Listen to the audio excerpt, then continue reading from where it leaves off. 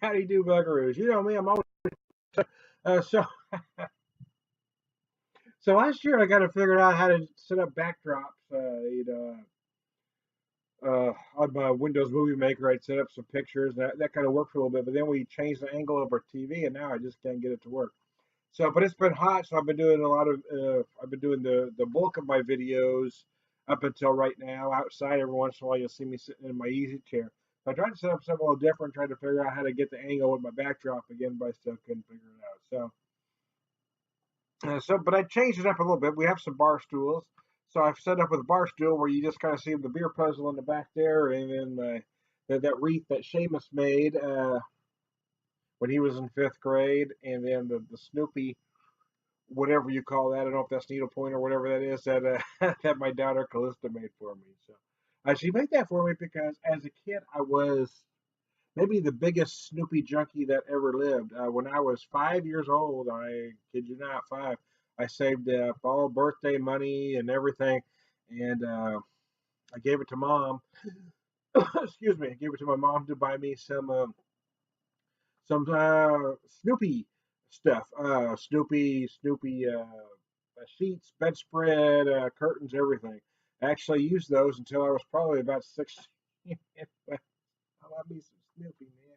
Anyways, that's how different it is now, you know. I like Snoopy. He was cool. Anyways,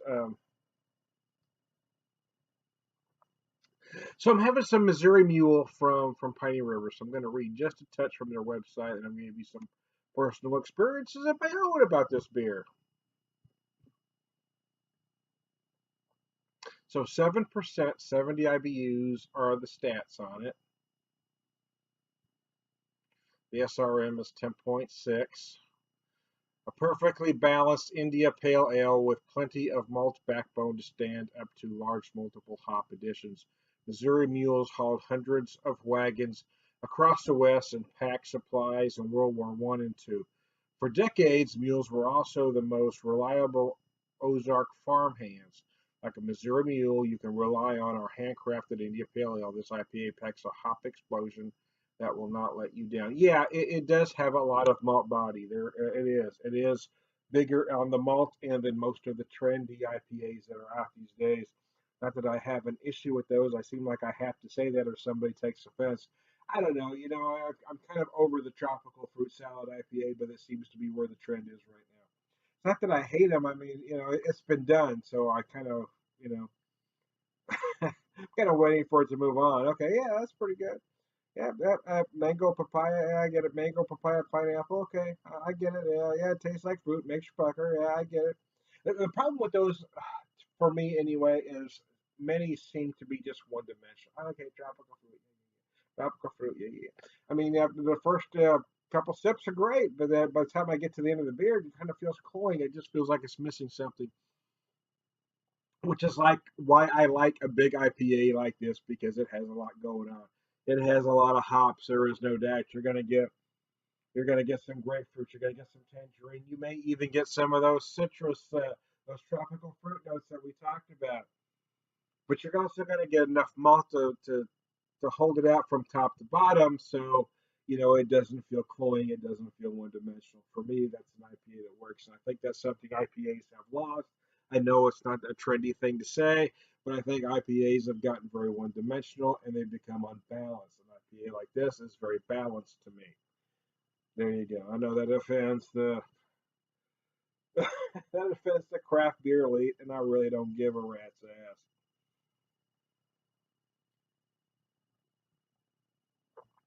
Uh, because this beer has everything. I mean, it does everything an IPA is supposed to do. It gives a nod to traditional IPAs, but it certainly has an American craft beer spin to it. And for me, that's why it works. The folks at Piney River are awesome. I'm a big fan of that brewery. I'm not necessarily trying to do a commercial for them. I'm not getting free beer from them like some folks try to angle for free beer. I'm just telling you, if you're ever in Missouri, you really need to hit Piney River because the brewery really is that good.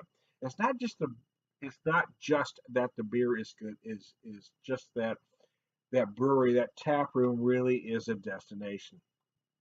It's not a place to go to just have a flight and go. Well, you can, but it's not really what it's there for. It's there to enjoy. Most folks that go there, they're typically open Fridays, Saturdays, and Sundays. I guess they are now. For a long time, they were just open Saturdays and then Sundays, and now I think they're open most Fridays. I don't know. You'll have to look it up. But the bottom line is, most folks go there for as a destination spot. Some will pack a picnic and be there all day. Some use the grill that they have there. I mean, they've got a nice tap room upstairs. They've got some decks you can sit outside on when it's nice. It's just a nice place to sit and enjoy a beer. And good craft beer is what they have. I mean, these are solid styles, right? They are stylistically correct. They do everything right. Brian, the head brewer up there, I assume he's still the head brewer up there, the owner of the joint. I know he's had other brewers up there from time to time that have, given their 2 cents as far as styles. But I know Brian's, as far as I know, Brian's still kind of running the thing up there. First time I was up there was in 2013. Uh, and what I remember most is that how hospitable they were. As a craft beer guy, I've got into several brewery tap rooms and have just been crazy pretentious and unfriendly, and that's really what craft beer does wrong. What Piney River does right is they are the epitome of a Missouri craft brewery. They are open, they are friendly, they are knowledgeable, they do everything right, in my opinion. Uh, so the nose, again, I mean, you certainly get a lot of malt on the nose. I get some grapefruit, I get some pine, I get some citrus, or some tangerine going on. Some of you may get some of those tropical fruit notes, who knows? For me, I get some white pepper-like notes on the very back end. I get some apricot in the middle. It's just a nice beer. It's just a gorgeous IPA, in my opinion. Mm. It just makes me happy all over. So you can see right there. That's I was trying to set it up where I get that in a better angle, and if I play around with it a little more, but I had so much issues getting it started. I just thought, we're just gonna go with it. So anyway, what you see behind me is a beer puzzle that my daughter put together. She put together, and then she glued it and then mounted it and framed it, or framed it and mounted it, I guess would be more accurate. But anyway, there's a lot of classic brands on there, so it's nice. She does a lot of crafts for me. The wreath, like I said before, is what Seamus made in 5th grade. He was involved in what was called the Wolf program here in town. It was only for you had to be handpicked for it. You had to apply, and they only picked 24 students, if I remember correctly. If there was 2 classes, 12 in each class. It was a science-based curriculum. They did a lot in classroom. They did a lot outdoors. They took the kids out to various outdoor activities here in the Ozarks. They did. No, they uh, taught them how to use a bow. They also had one class that Seamus really liked, or one, I don't know, one day, I guess, or field trip, or whatever you would call it. That folks came in and showed them how they used various meats. Various, I won't say exotic meats, but different meats. They did deer, frog, various Ozarks, hunting season type cuisine, I guess you would say. But it was nice to have chefs come in and actually prepare it for him. And Seamus really loved that because he was a big foodie. But anyway, that was a wreath they made. They used shotgun shells and whatever else I could find. It was awesome. We keep it up year round. I know. It was meant as a Christmas wreath, but we keep it up year round now. And right there is the Snoopy that our daughter Callista made, as I said earlier, than the puzzle. We do keep family. Our house is rather kitschy, man. I gotta tell you, neither my wife and I are trendy. We're not interior decorators, and we don't try to do a Martha Stewart kind of home. Not that I'm necessarily knocking those folks that do that kind of thing any more than they knock folks like us that don't. Yeah, our house is a bit kitschy. There is no doubt about it. But that's the kind of people we are, man. I don't know if down to earth would be the right word to describe me because I don't know if I'm there, but I'm I am just who I am. I've always been that way.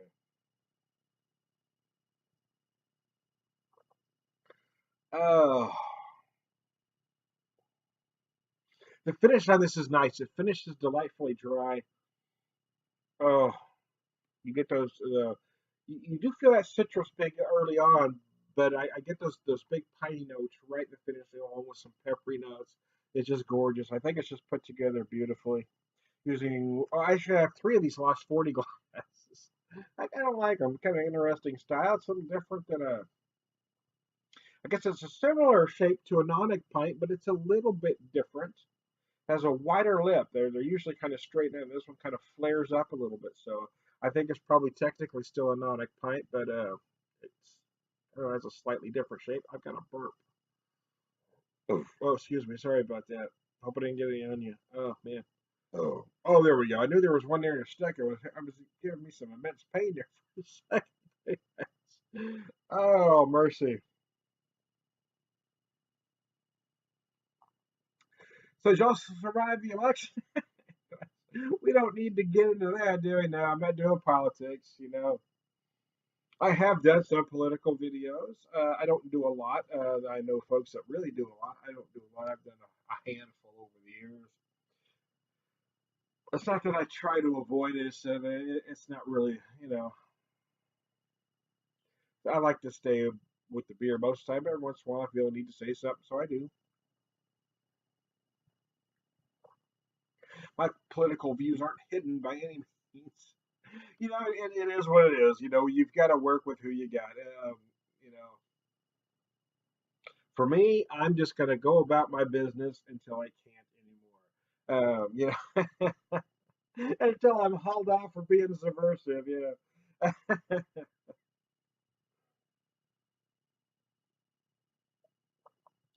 this guy's a rabble rouser. You know, the current president, Secret Service, kind of goes through some of my past videos. I might be on a watch list. I don't care.